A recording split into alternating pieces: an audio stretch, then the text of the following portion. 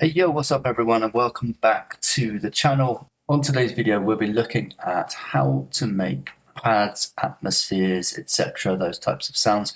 I'm going to take you guys through some basic ideas and concepts you can use in order to help you make better pads and show you just how easy they actually are to create. So without further ado, let's get right into it.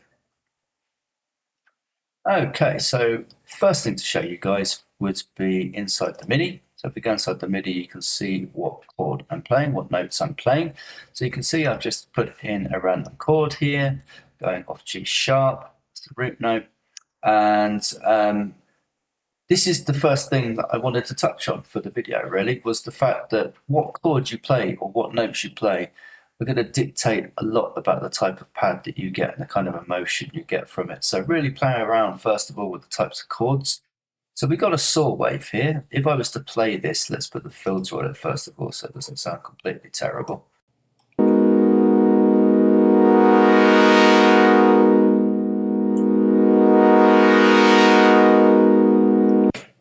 Okay, so you can see a basic saw wave and a bit of filtering gets you a very basic type of pad. Once we start adding a bit of unison, we then start to introduce a bit more thickness to the sound, and you'll see here it gets a bit more lush.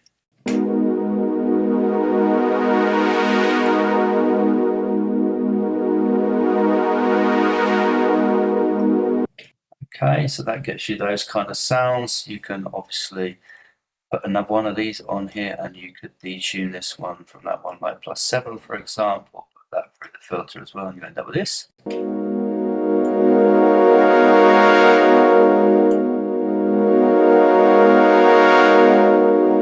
So very much like the chords, the different tunings you use are going to give you different vibes to the sound as well. You can also add some voices to this one as well, and that's going to smooth that out a bit.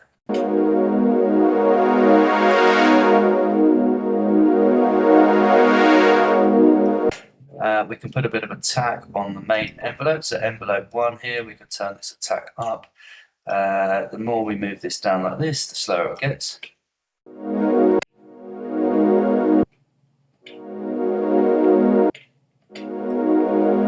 Then bring this down a bit. Put a bit of a release on it, so when you play it, a bit of tail on there as well. So these are some basic things for some pads. Play around with the attack, depending on how you want it. Do you want it to slowly rise up? Do you want it to come in straight away? Do you want to have less decay on it, therefore being more of a plucky sort of pad? Totally up to you, but you can always shape your sound with your envelopes. That's what this main envelope here, this envelope is for. This allows you to play with the attacks, the release, the etc., and you can really shape your sound before you start doing anything around here. And you could also use these for your modulation as well. So for example, this envelope can go to this cutoff and then you end up with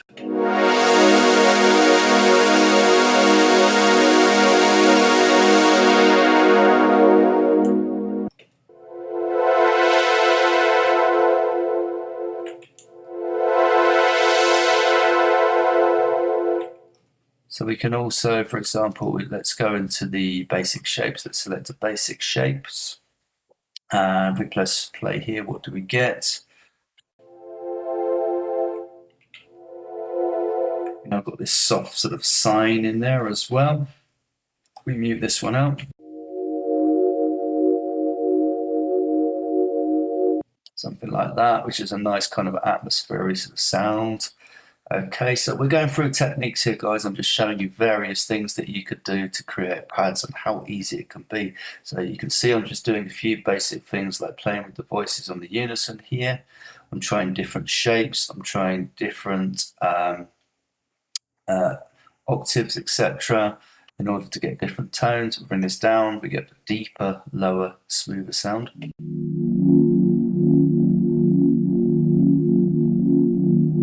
Just like that. Okay, so another classic. So remember, this has got no effects on it at all as well. So I could also go into the effects and start adding that. Before I do, let's add a bit of noise on here. So if you come into Serum's got some nice noises that come with it. For example, we're going to organics.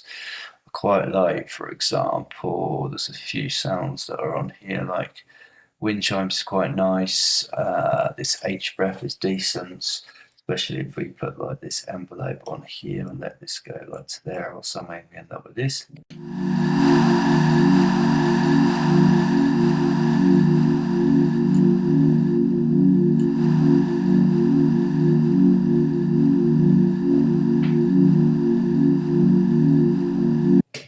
Okay, let's try a few other sounds.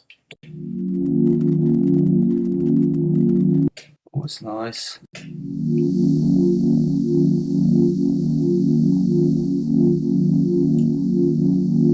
Okay, so we can also, inside of here, we could add, for example, let's put another basic shapes, just for the sake of this, and we can flip through the different shapes.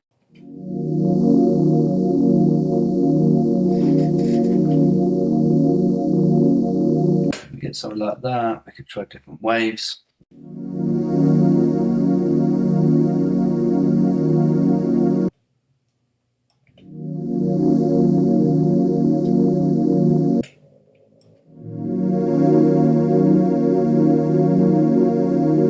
So I could turn this one on and put this back into two shapes like this, and then we end up with like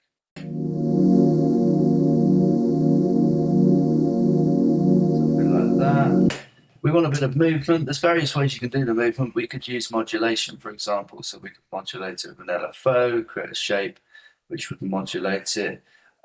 We want something kind of random normally, is a good way of doing the modulation. One way we could do it, for example, is we could go into this basic shapes here, and we could come down into the LFO, and in here we could copy one of these wavetables, as they're both the same. Doesn't really matter which one we copy at the moment. Let's say let's copy B, and that's going to then copy that shape over to here, you see.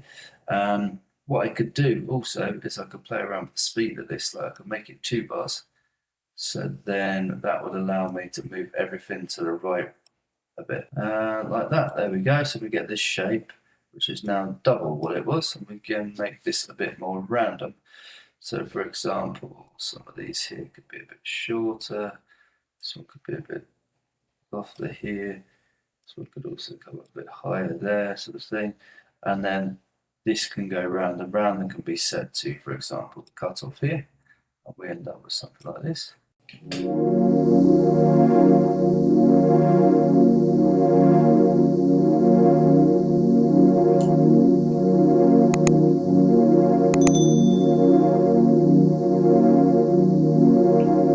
The more we play with it, the more we get.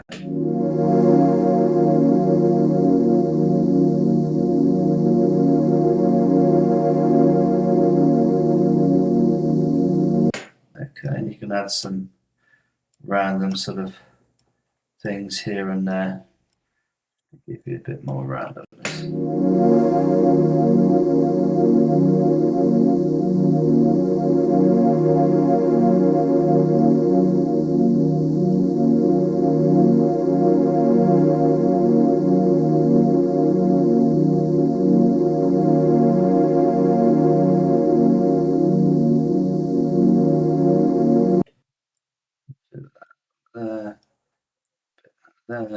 There, and obviously blow them out as well.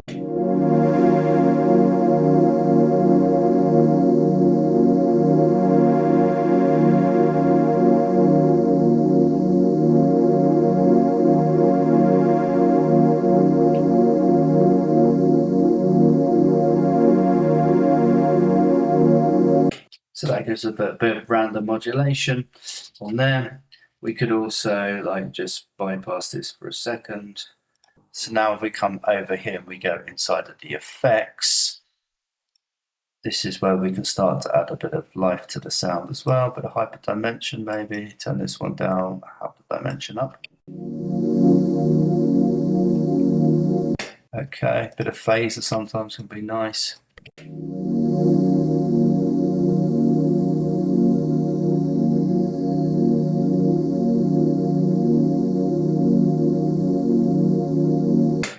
Okay, a bit of chorus as well.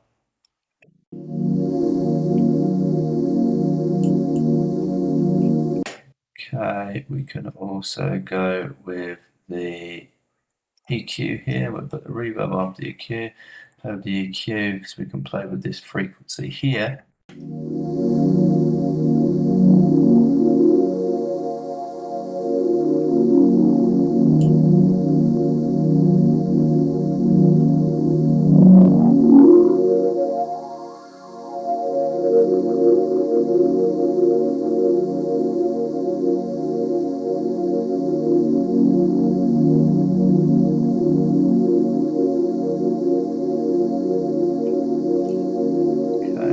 That, and then we go to the reverb. I turn the reverb on and we turn the loads up so we don't have any low end going through it. We just want the top end. We turn the mix up a bit.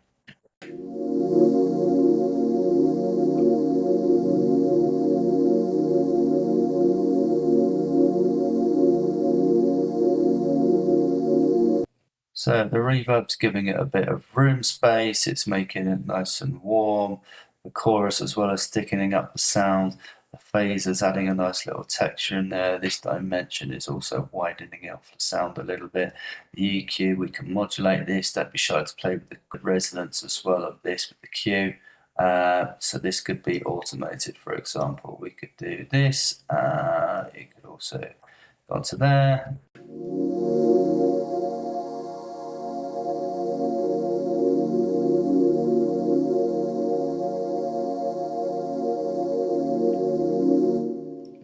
So you could then automate this. So you would call this, for example, filter, like that. And there we have a filter sound. Remember, we can play around with some of these pictures as well. We can also add another filter by putting this one on here. Therefore, we can control this one. Let's call this filter 2.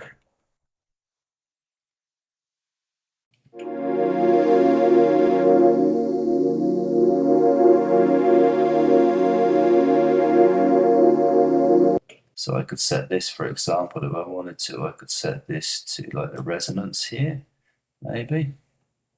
So this plays around a bit.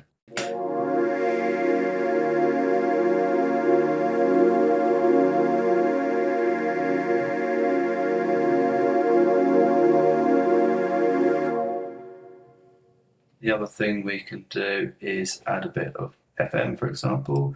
So you could try adding a bit of FM to one of these, like this one. As we do this, what you could do is set this macro to there. You could set this macro so this goes up as well.